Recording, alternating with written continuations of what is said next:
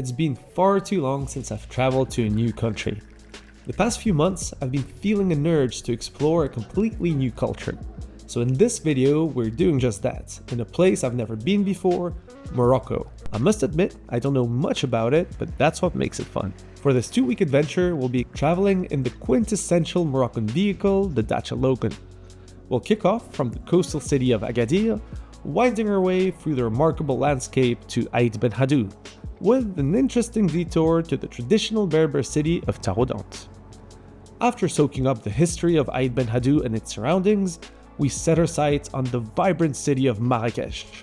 There, we'll lose ourselves in bustling souks, visit intriguing museums, eat some delicious food, and even take to the skies in a hot air balloon. But our journey doesn't stop there. Next, we're headed to the Moroccan capital, Rabat, a city that promises to surprise and delight in equal measure. And for our final stop, the economic heart of Morocco, the bustling city of Casablanca. It's from here that we'll take our flight back home, closing the chapter on what promises to be an incredible journey. So stick around, this adventure is just getting started. The good thing about traveling to Morocco from Europe is that EasyJet or other low-cost companies have really affordable tickets. We paid around $200 for a round trip for 2 adults. When you arrive to the airport, there's an orange booth that's selling SIM cards, which I definitely recommend for you to have data while you're traveling in the country. It's not even that expensive, so I felt like this was definitely a good deal. Now that we have data and internet, the second step was to get a rental car. We already booked it online, and my advice would be do your research well, because a lot of companies ask for crazy deposits, and you don't want to be stuck paying like $1,500 if you scratch your car. Now that we had everything ready, we took the car and drove to Agadir, which is only a few minutes away from the airport, to go and book into our hotel for the first night. Bonjour. Bonjour. On a juste une réservation pour ce soir, en fait, je crois. C'est vrai.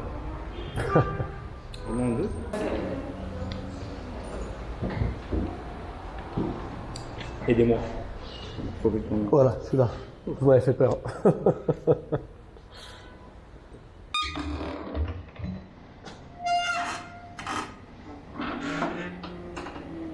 So you have a nice little bed. Woodwork is really nice. Actual wood. Plenty of space if you want to keep whatever you want to keep in there. But yeah, this looks pretty nice for the low price of 29 euros. I think I paid for 1 night. We only stayed for 1 night in Agadir and left the next morning because most people that we've talked to before our trip told us that it's not really worth visiting, it's too touristy, etc., etc. I really hope I didn't listen to them because each city has something really interesting to offer, but it is what it is.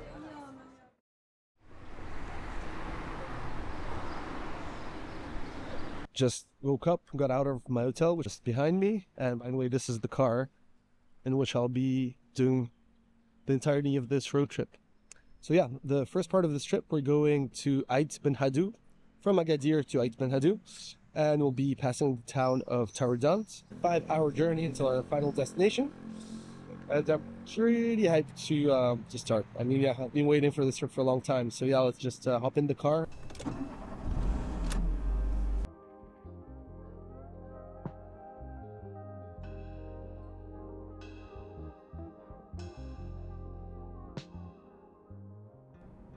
So I've been driving for about an hour now, and we've seen quite a bit of the Moroccan countryside, which is really nice. It's really beautiful. However, it does seem a little bit empty, which is not necessarily a bad thing, but it does seem very empty because there's not a lot of people out.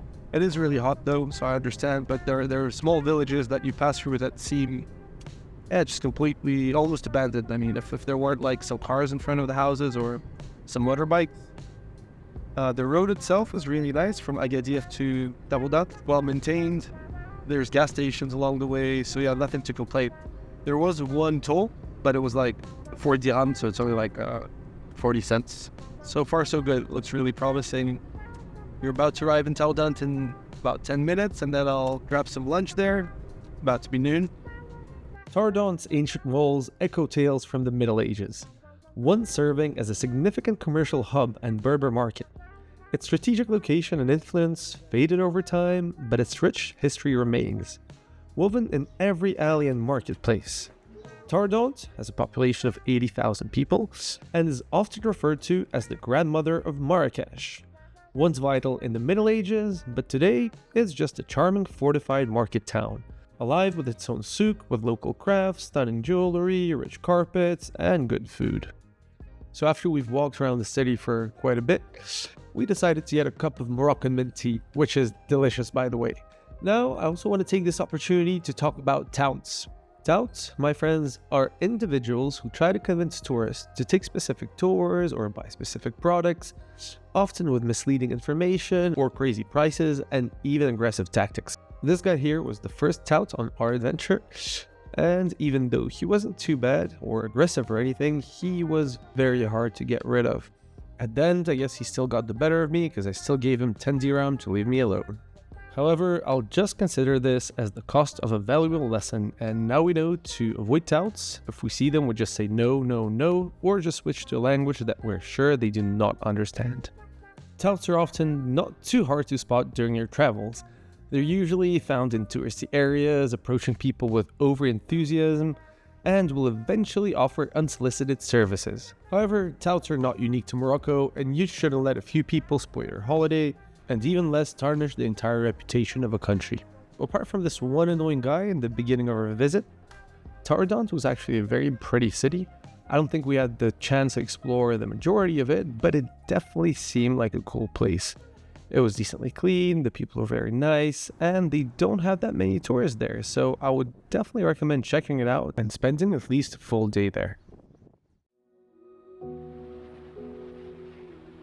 After having explored Taroudant for a few hours, we get back in the car and continue our road trip to Ait Ben Haddou, or more precisely, Taroudant, or at least that's what I think it was pronounced. So once again, we drive through some really beautiful roads, beautiful landscapes, to eventually arrive in a beautiful riad in the middle of nowhere, or so it seemed.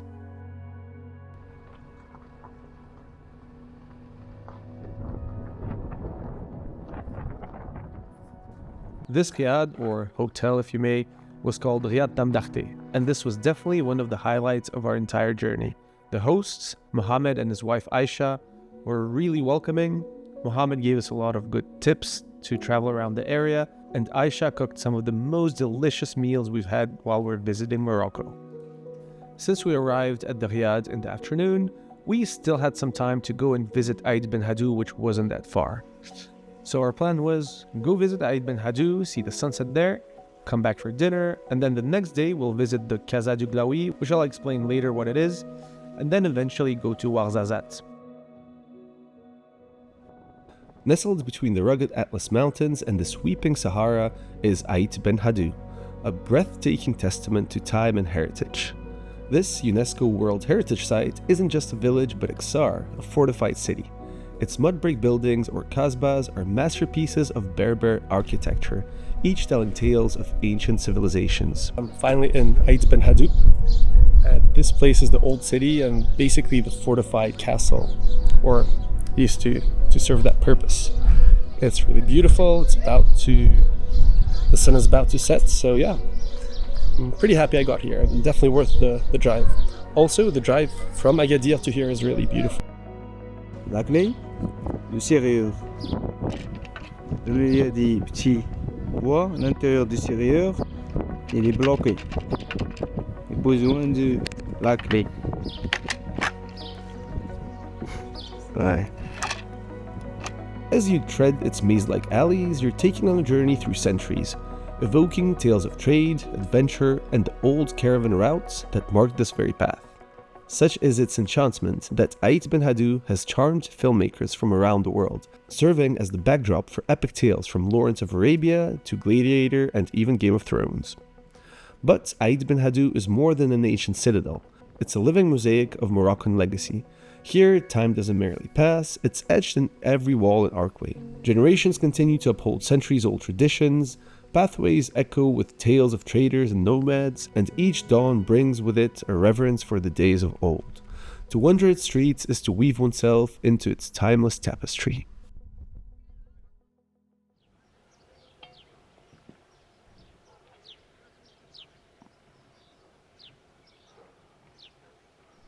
This is the second day in Ait Ben Haddou, and behind me, in the distance, you can see the Casbah du Glaoui, which was basically the castle of the Glaoui. The Glaoui was the chief of the Berber, the people who live around here in this region, and then all of the Atlas Mountains. So this is a less touristy spot as compared to Ait Ben Haddou.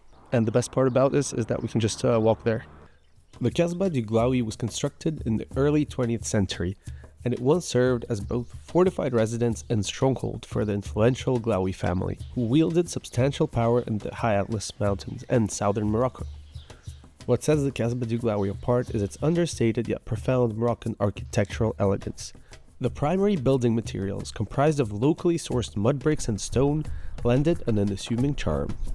During my visit, I've learned from locals that recent years had seen heavy rains in the region, causing substantial damage to the Casbah structure. This damage has underscored the vulnerability of the Casbah given its construction materials and age, and unfortunately I was informed that the government appeared hesitant to allocate significant funds for its restoration, which has left the Casbah du Glaoui facing the challenge of securing its long-term preservation.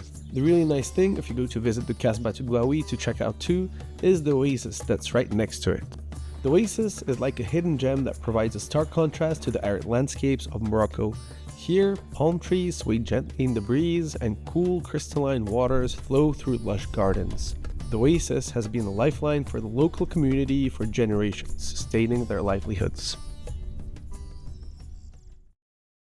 After soaking in the serenity of the oasis, we made our way to the enchanting city of Ouarzazate. Known as a hub of the film industry and a bridge between the Sahara Desert and the High Atlas Mountains, Ouarzazate is also appreciated for its pleasantly modest scale and quietude. The city, while famous, retains a charmingly understated and tranquil atmosphere, a delightful contrast to the hustle of larger Moroccan cities. Its streets are an intimate mosaic of daily life set against a cinematic backdrop, inviting a slower pace and more personal experience. Though our tight schedule meant forgoing a visit to the famed Atlas Cinema Studios, we embraced the city's calming vibe before retreating to the serenity of the Fint Oasis, a green haven away from the world's commotion.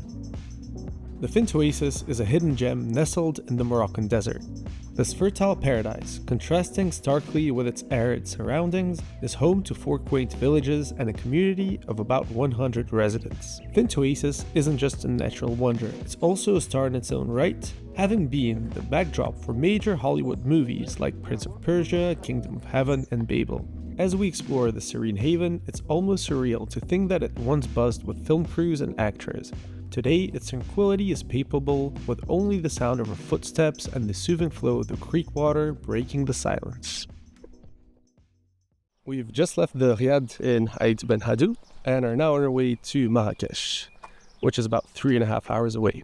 Although it'll probably take a little bit longer because there's a few stops along the way. The road here is really beautiful. I mean, it's a mountain road that goes, it's carved through a valley. And yeah, there's a lot of little villages made of red clay. I think it's red clay, but yeah, it's has a really unique and really cool look. And just the road itself, I mean, the landscapes, the mountains, it kind of looks like you're on Mars at some point. The other cool thing is there's tons of little oases. You'll be driving through this really barren land, you know, like kind of a desert, and then all of a sudden you have a lot of greenery and trees and palm trees. It's really beautiful. Anyway, yeah, let's hop back in the car and continue our trip to Marrakesh. Upon our arrival in the vibrant Medina of Marrakesh, we navigated the bustling streets and managed to secure a parking spot by paying some local guys a couple of dollars. We then embarked on an enchanting, although intense walk through the maze-like souks, the heartbeat of the Moroccan markets, making our way to the tranquility of our riad. This riad was one of the best ones we've visited in Morocco. It was called the Terrasse des Oliviers, and to my surprise, it was managed by a fellow Swiss who has made Morocco his home for many years. This little riad stood out as one of the highlights of our Moroccan journey. The rooms were simply gorgeous, blending traditional Moroccan charm with luxurious comfort. The manager's insider tips for exploring the city were invaluable, as he generously took the time to share the best spots with us, marking them on a map. And the cherry on the top, a delightful mini swimming pool in the riad, offering a blissful escape from Marrakesh's sweltering heat. After resting for a few hours, we went out to get dinner and went to bed early that day, as we had to wake up at 5 a.m. for a hot air balloon ride. At 5 a.m., excitement buzzed through us, and we were picked up near our hotel and driven to the launch site of our pre-booked hot air balloon.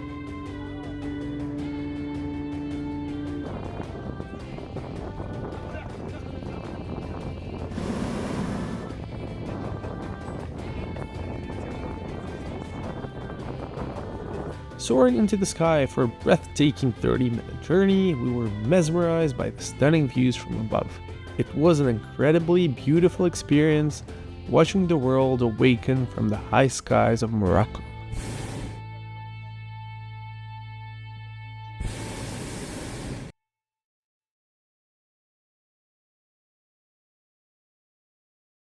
After that, we were driven back to get some Berber breakfast.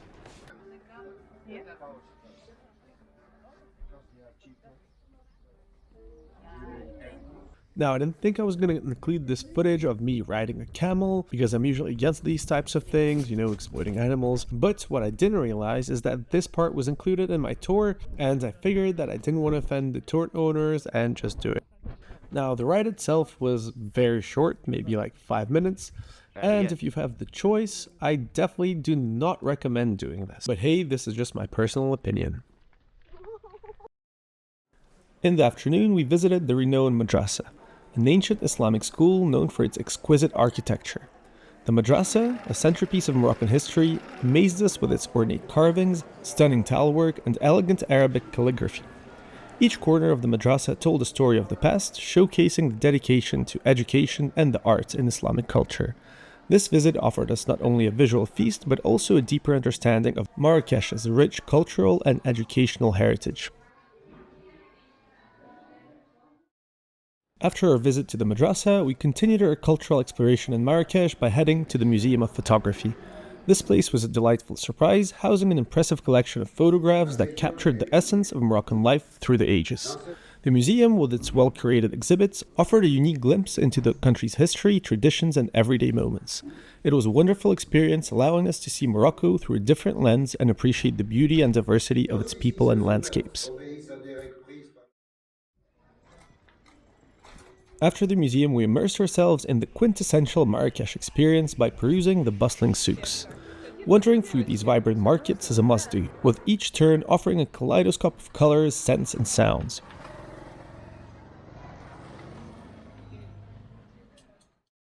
And finally, our night in Marrakesh concluded on a high note at the rooftop bar La Pergola. The ambience was electric, with awesome live music setting the perfect mood. Under the starlit sky, we soaked in the vibrant rhymes and melodies that filled the air. La Pergola wasn't just a place, it was an experience, blending great tunes with a stunning rooftop view, making it the ideal spot to relax and reflect on our day's adventures. With our senses still buzzing from the vibrant experiences in Marrakesh, it was time to embark on the next leg of our journey, heading to Rabat. Morocco's capital city awaited us, promising new adventures and discoveries. We were excited to explore the contrast between Rabat's historic charm and its modern vibrancy, looking forward to uncovering the stories and sights of this dynamic city. Rabat, with its rich history dating back to the 12th century, holds tales of dynasties, colonial influences, and modern transformation. The city, often overshadowed by its more famous Moroccan counterparts, pleasantly surprised us.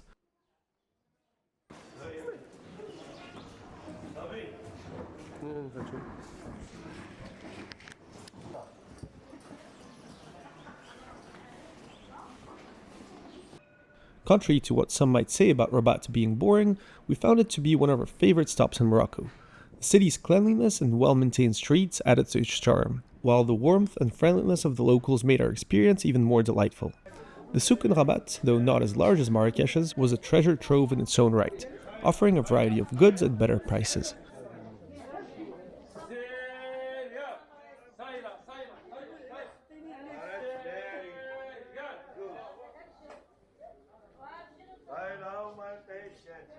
This combination of factors made Rabat a standout destination for us, showcasing a different yet equally captivating side of Morocco. Some of our favorite parts of Rabat were the Medina, the Nourzat Hassan Garden, the marina, and walking around the city in general.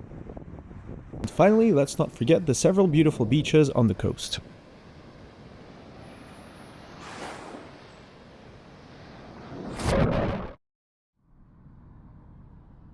After Rabat, we journeyed to Casablanca, the final chapter of our Moroccan adventure.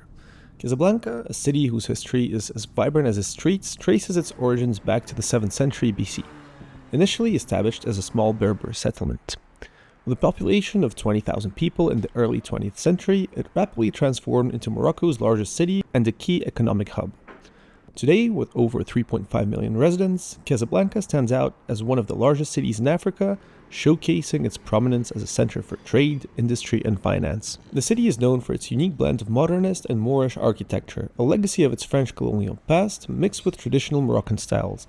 The impressive Hassan II Mosque, with the world's second tallest minaret at 210 meters, is a prime example. In Casablanca, we were captivated by its dynamic energy, a stark contrast to the tranquil lanes of other Moroccan cities. Despite warnings about safety, we found the city to be welcoming and didn't encounter any issues. We celebrated the final night of our Moroccan road trip at a sports bar with some awesome live music. But be sure to reserve if you want to be let in.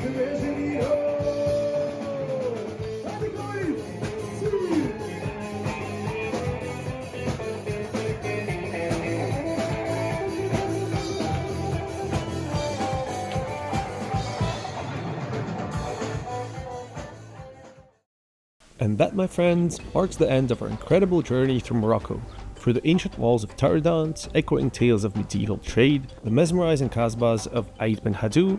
Each step of our journey was a walk through history.